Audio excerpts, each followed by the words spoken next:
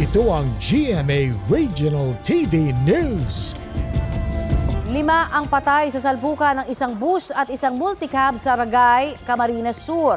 Base sa investigasyon, mula Maynila ang bus na papuntang Bicol, habang papuntang beach ang multicab na isang rescue vehicle ng bayan ng Lupi.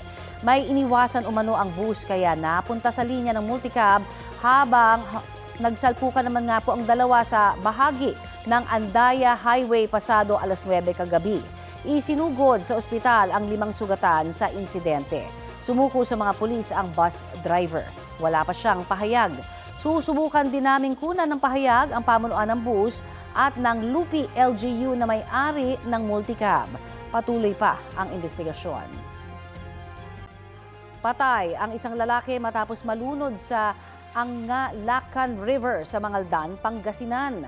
Sa investigasyon ng pulisya, may nakakita sa 56 anyos na biktima habang nangunguha po ng shell sa ilog sa barangay Giesang, magtatanghali nito pong Martes. Tumalon pa raw ang lalaki sa ilog. Inakalang naliligo lang kaya hindi nilapitan ng mga nakasaksing residente. Nakita na lang na palutang-lutang ang katawan ng biktima makalipas ang mahigit 3 oras.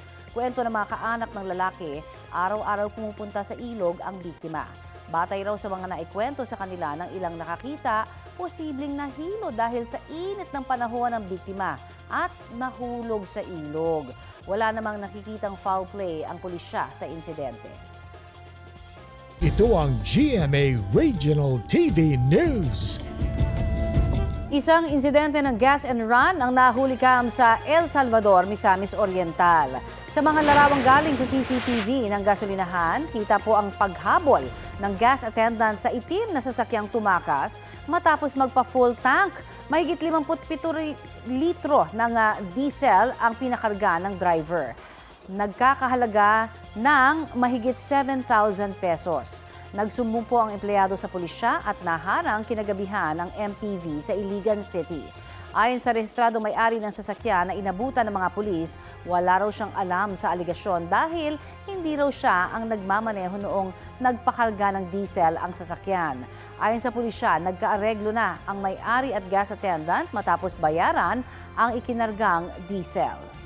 Isang eroplano ang bumagsak sa Tubahon, Dinagat Islands.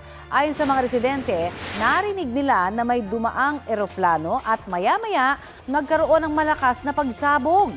Ibinagbigay alam nila ito sa mga otoridad. Wasak at pira-piraso na nang natagpuan ang eroplano sa barangay Navarro. Natukoy na ang bumagsak na eroplano ay ang napaulat na nawawalang Cessna plane na may tail number RPC-2444. Patuloy pang hinahanap ang mga sakay ng bumagsak na eroplano.